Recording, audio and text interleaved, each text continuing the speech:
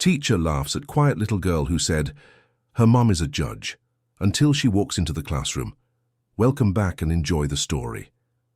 The fluorescent lights hummed overhead in room 237 of Lincoln Elementary School in Chicago, casting harsh shadows across worn desks and faded inspirational posters.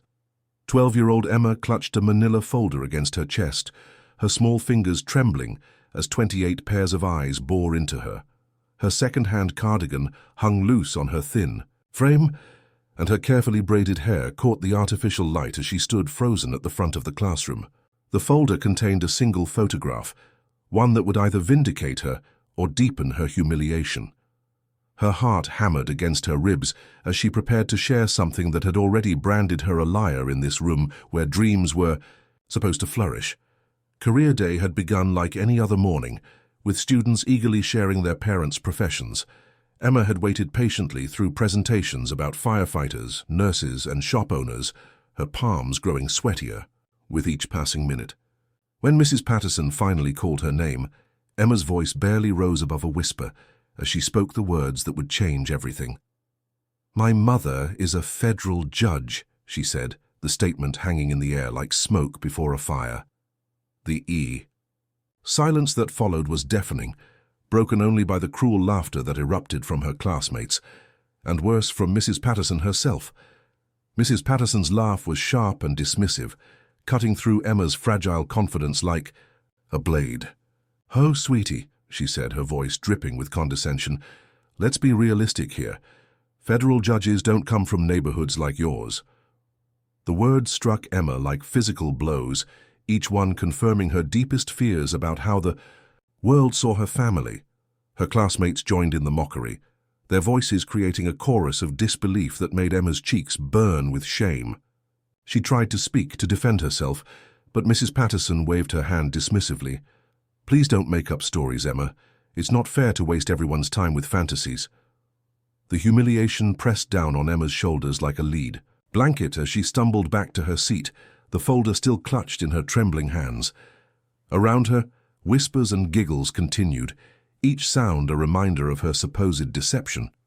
She stared at her desk, fighting back tears that threatened to spill over and give her tormentors even more ammunition. Her mother had warned her about moments like this, times when people would doubt her worth based on their address, her clothes, or the color of her skin. But Emma had never imagined the cruelest blow would come from someone paid to nurture young minds.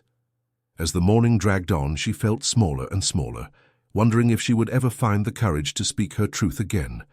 What would her mother think when she heard about this disaster?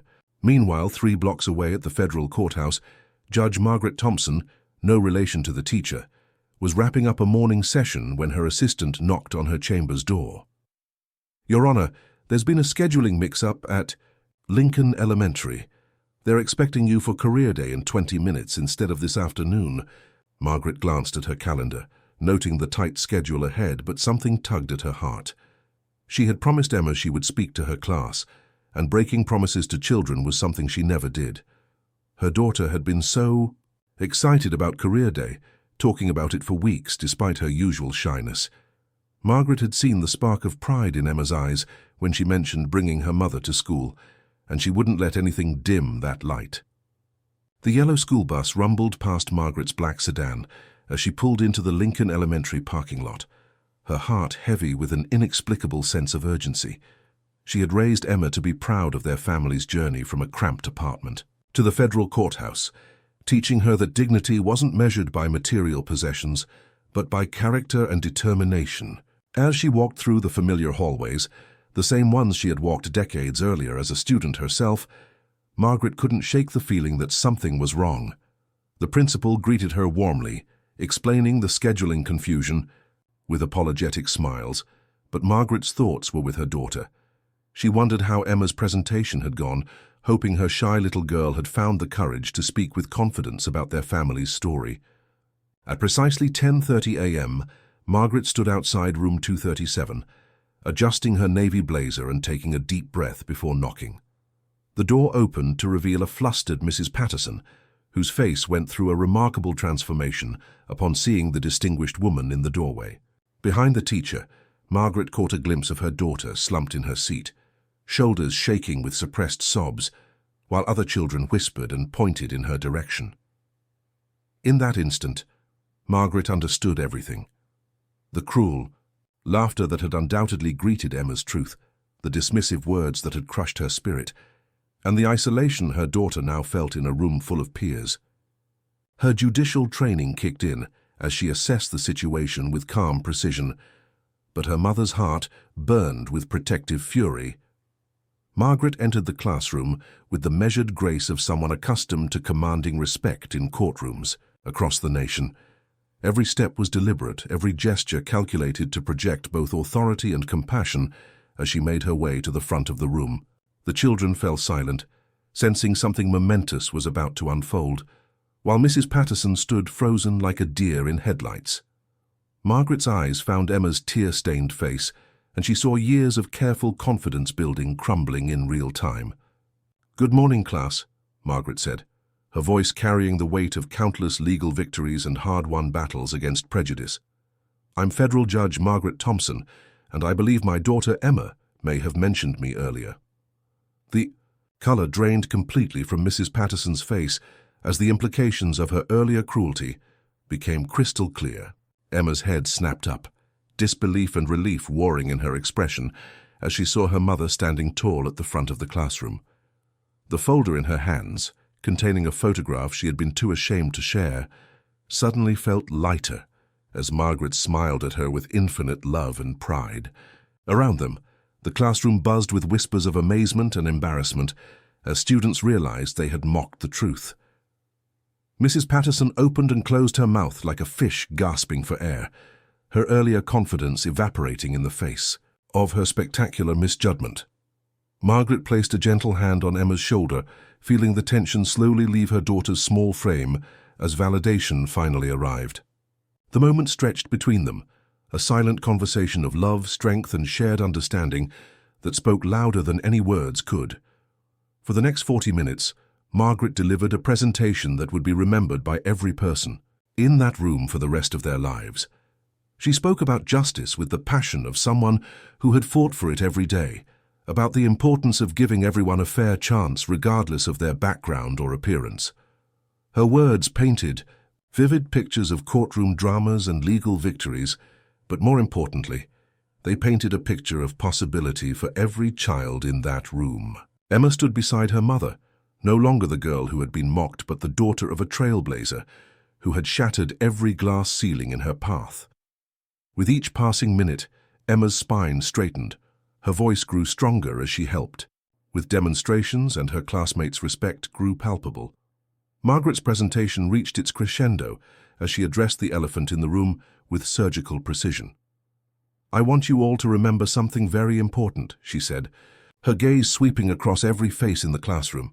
"The person sitting next to you might become the next president, the next Supreme Court justice, or the next person to change the world, but they can only do that if we believe in them first." Her words hung in the air as she turned to Mrs. Patterson, whose face had gone through every shade of red imaginable. The teacher's earlier laughter now seemed not just cruel, but profoundly ignorant, a stark reminder of how quickly assumptions can crumble when confronted with truth. Emma watched her mother with growing awe, seeing not just a parent but a warrior who had spent her life fighting battles exactly like this one. The transformation in the classroom was immediate and profound as Margaret concluded her presentation. Students who had laughed at Emma now approached her with genuine curiosity and respect, asking questions about what it was like to have a judge for a mother. Emma found herself at the center of positive attention for the first time in months, her earlier humiliation transforming into something approaching triumph. Mrs. Patterson remained silent, her lesson plans forgotten as she grappled with the magnitude of her mistake and its implications for her career and conscience. Margaret graciously answered every question from the students while keeping a protective eye on Emma, who was slowly blossoming under the warmth of newfound respect from her peers. In the hallway after class, Mrs. Patterson approached Margaret with trembling hands and a voice thick with shame. "Judge Thompson, I owe you and Emma a profound apology," she said, unable to meet Margaret's eyes. "I made assumptions based on on things that had nothing to do with who Emma is or what your family has achieved. Margaret listened with the patience of someone who had heard such apologies before, recognizing the genuine remorse in the teacher's voice while also understanding the deep systemic issues that had led to this moment. Emma stood between them, watching her mother handle the situation with grace and dignity, learning lessons about forgiveness and strength that no textbook could ever teach. The conversation that followed would reshape Mrs. Patterson's approach to teaching and challenge her to examine her own biases in ways she had never considered. 3 weeks later, Emma walked into room 237 with her head held high, no longer the quiet girl who hid in the back corner, but a confident young woman who had learned that truth doesn't need to shout to be heard. Mrs. Patterson had undergone her own transformation, implementing new policies that celebrated diversity and encouraged every student to share their family's story without fear of judgment. The classroom atmosphere had shifted dramatically, becoming a place where differences were celebrated rather than mocked. Emma's friendship circle had expanded as classmates sought to learn from her unique perspective and experiences. Most importantly, the bond between Emma and Margaret had deepened, strengthened by their shared victory over prejudice and small-mindedness. On the last day of school, Mrs. Patterson stood before her class and made a promise that would echo through the hallways of Lincoln Elementary for years to come. "I learned something important this year," she said, her voice carrying newfound wisdom and humility. "I learned that our assumptions about people can blind us to their truth and potential. From now on, this classroom will be a place where every voice is heard, every dream is respected, and every child is believed." Emma smiled as she listened, knowing that her courage to speak the truth had created ripples that would benefit countless students who would walk through these doors in the years ahead. Her mother's words echoed in her mind. Truth doesn't need to shout. It stands tall, patient, and unwavering until the world is ready to listen. Congratulations. Type 7 in the comments so I know you stayed with me until the end. Leave a like. And subscribe, but only if you truly enjoy what I do here. See you.